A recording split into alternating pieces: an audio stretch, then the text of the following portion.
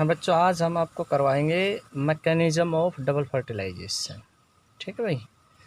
ये आज 26 मई 26/5/2020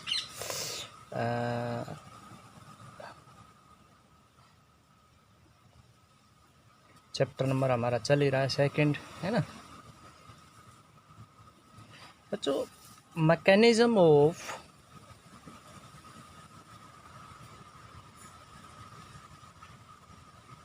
double fertilization. देखो, जितने भी एंजियोस्पर्म है ना, उनमें 60% प्रजातियों के अंदर जो फर्टिलाइजेशन होता है ना, वो 2 बार होता है भाई। इसलिए इसको क्या कहते हैं? डबल फर्टिलाइजेशन कहते हैं। ठीक है बच्चों। तो हमने इसमें आपको एक डायग्राम बताया था, तो एक बार मैं डायग्राम से समझा देता हूँ, फिर मैं उस चीज़ को लिख दूँगा। तो मैं यहाँ पर आपके लिए डायग्राम बना देता हूँ भाई। देखो बच्चों, ध्यान से, आपको अगर ध्यान हो नहीं है तो फिर मैं बता देता हूँ। देखो ये है ना, ये अंदर का जो एरिया था, इसको हमने एम्ब्रियो सैक कहा था। क्या कहा था? Embryo sac. इसके अंदर बच्चों एम्ब्रियो बनेगा। अब इस एम्ब्रियो सैक में 3 सेल ऊपर होती हैं। ये इन तीनों में एक एक न्यूक्लियस होता है। ठीक है। इन तीनों सेल को हमने एंटीपोडल सेल कहा था। बच्चों इसमें एक सेल बीच में होती है। सेल एक होती है लेकिन न्यूक्लियस 2 होते हैं। सेल एक होती है लेकिन न्यूक्लियस 2 होते हैं। ठीक। और इसको मैं थोड़ा सा बड़ा करके आपके लिए दिखा देता हूँ भाई। उसके बाद 3 सेल नीचे होती है। एक सेल ये बड़ी होती है, 2 सेल इसकी सहायक होती हैं। ये बीच वाली सेल है ना, इसको हमने एग कहा था। क्या कहा था? एग। तो ये सेंट्रल सेल हो गई, ये 3 एंटीपोडल सेल हो गई। अब बच्चों यहाँ से ऐसे, ये डायग्राम आपने देख देख के बनाना है, प्रैक्टिस करनी है।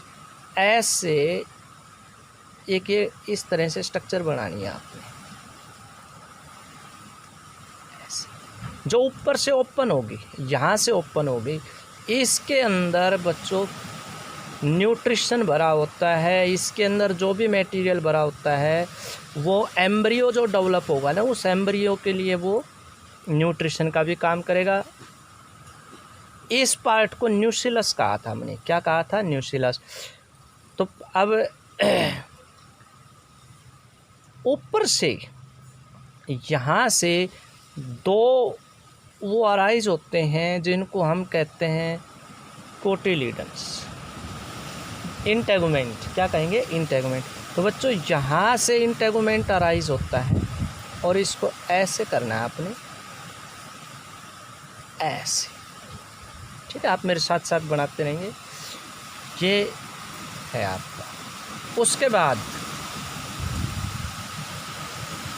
यहाँ से 2 इंटेगुमेंट अराइज कर, एक तो ये हो गया, एक यहाँ से इस तरह से इसके साथ साथ और ले आओ, ऐसे करके ऐसे, और यहाँ से छोटा सा यूँ करके। बच्चों ये ओव्यूल है। क्या है ये? ओव्यूल,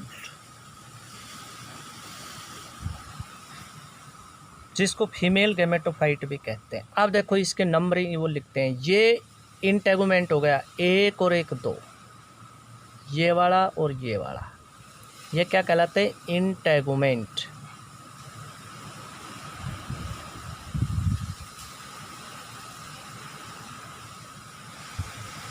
ये हो गया न्यूसिलस।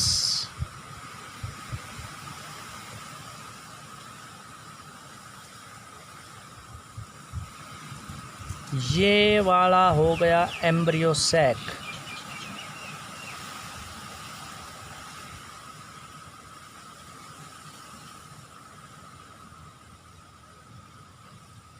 ठीक है बच्चों। ये वाली हो गई 3 एंटीपोडल सेल, 1 2 3, ये तीनों हैं एंटीपोडल सेल।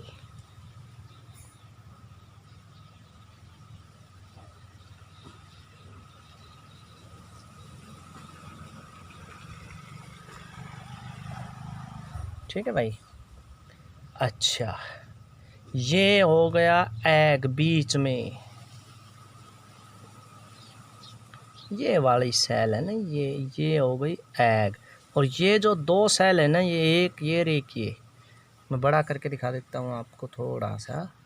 देखो, एक ये सेल और एक ये सेल, ध्यान से समझ लेना। बीच वाली तो क्या है, एग, एक ये और एक ये दोनों सेल है ना, ये कहलाती है सिनर्जिड। क्या कहलाती है भाई, सिनर्जिड, सिनर्जिड।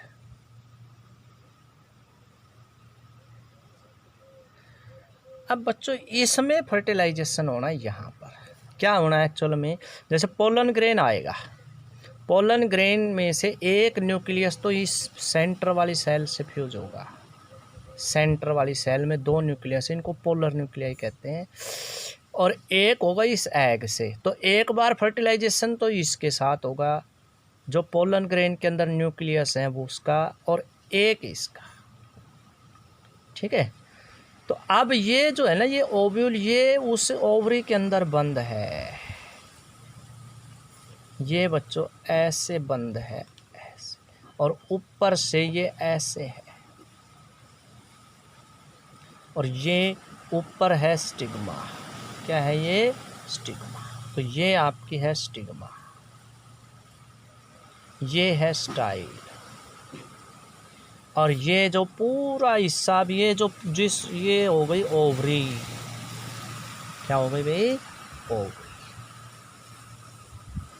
मतलब ये ओवरी के अंदर ये ओव्यूल है, ओवरी के अंदर ये क्या है, ओव्यूल। तो ओवरी के साथ ये ओव्यूल यहाँ से जुड़ा हुआ है, ये है प्लेसेंटा, क्योंकि जो खुराक लेगा ना धीरे धीरे ये, तो ये प्लेसेंटा है।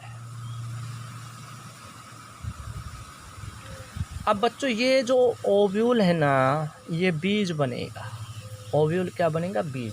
किसी में एक ओव्यूल है तो उसमें एक बीज बनता है, जैसे आम के अंदर।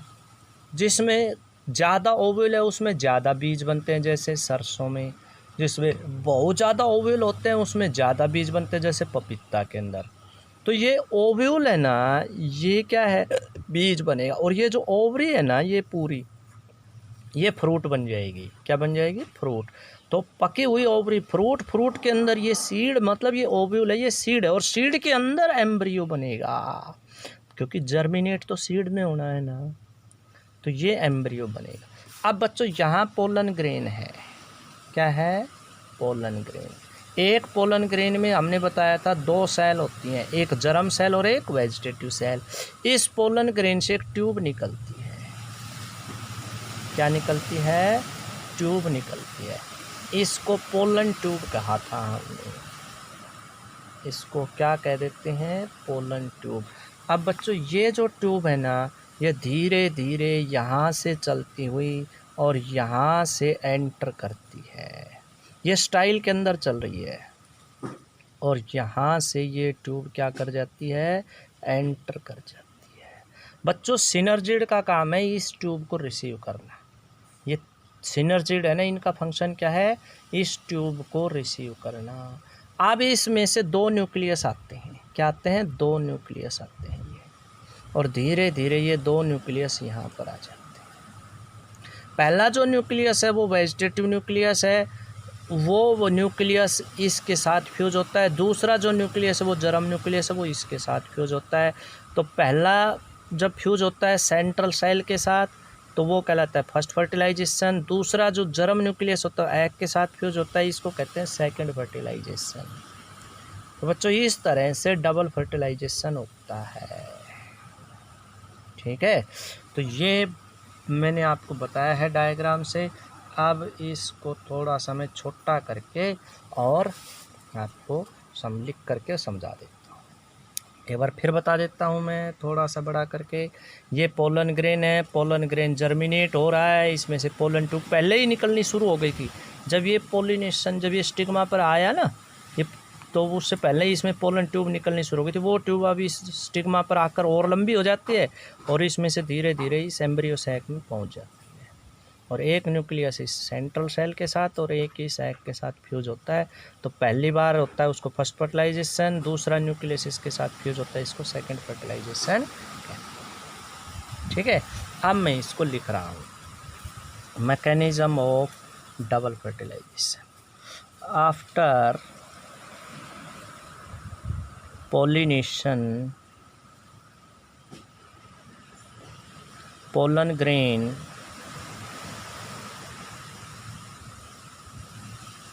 start germination,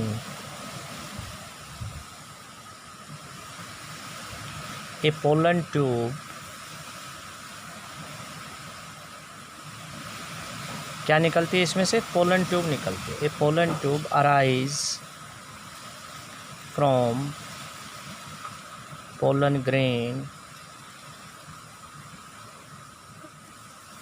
which enter into embryo sac through micropylar and.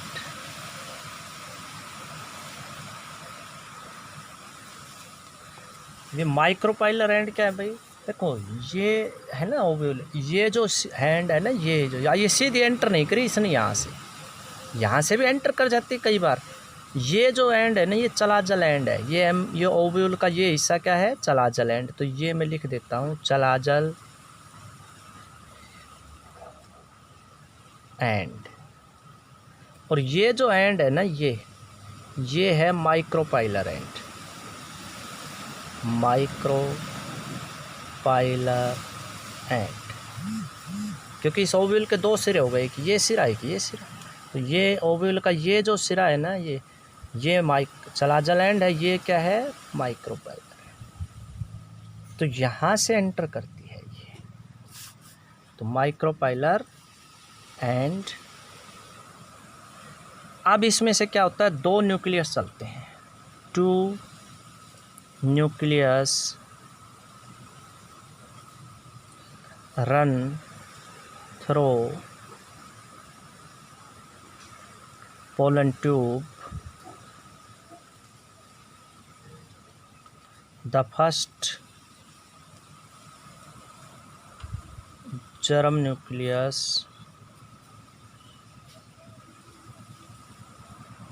fuse with central cell।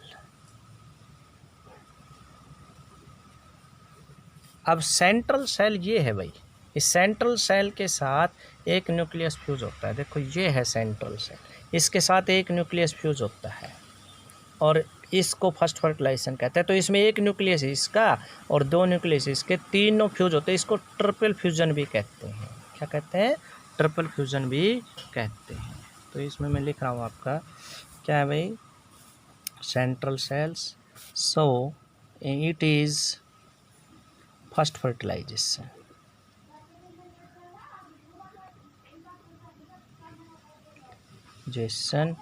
और ट्रिपल फ्यूज़न भी कहते हैं।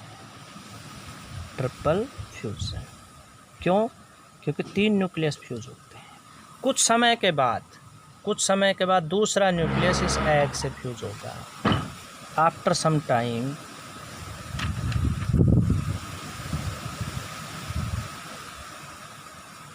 The second germ nucleus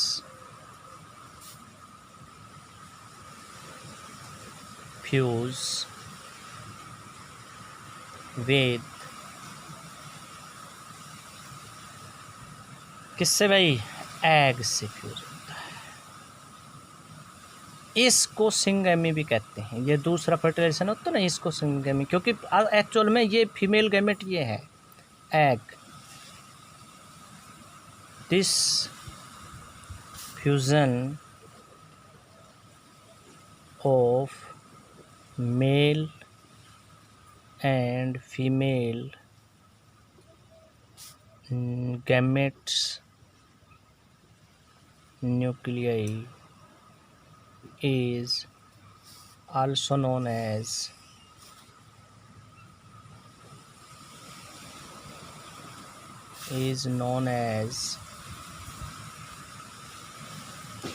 syngamy. It is second fertilization.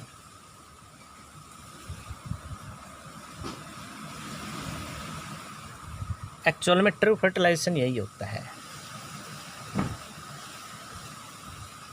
ठीक है। तो फर्स्ट फर्टिलाइजेशन को वेजिटेटिव फर्टिलाइजेशन या ट्रिपल फ्यूजन कहते हैं, सेकंड को सिंगेमी कहते हैं। Hence we can say that the first fertilisation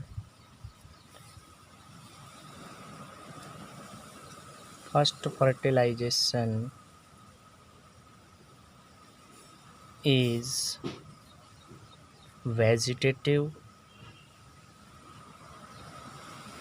क्या है, vegetative fertilisation,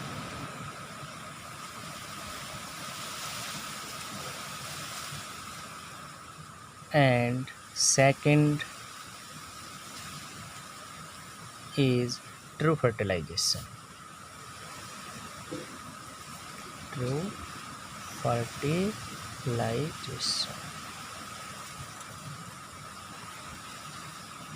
So double fertilization, so इसलिए 2 टाइम होता है भाई, ठीक है। So 2 times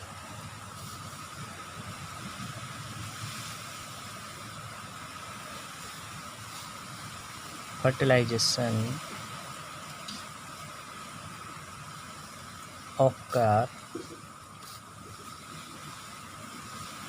hence this mechanism का मतलब तरीका, this mechanism, this mechanism is known as double fertilization. Double fertilization, ठीक है बच्चों, इसलिए इसको क्या कहते हैं, हम डबल फर्टिलाइजेशन कह रहे हैं।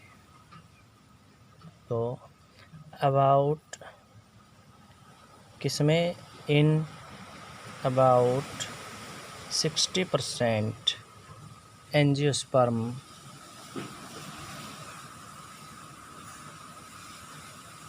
Double fertilization occur,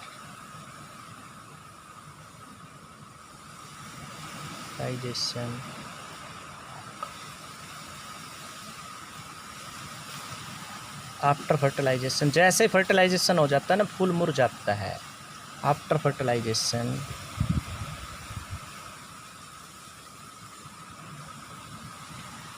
the ovary change into fruit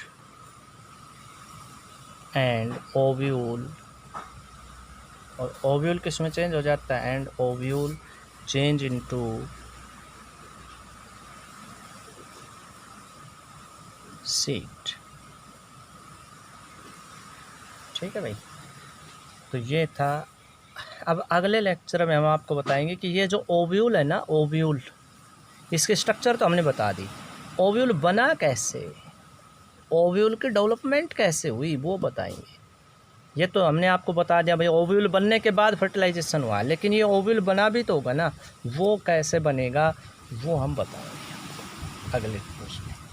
तो ये आज आपका लेक्चर था।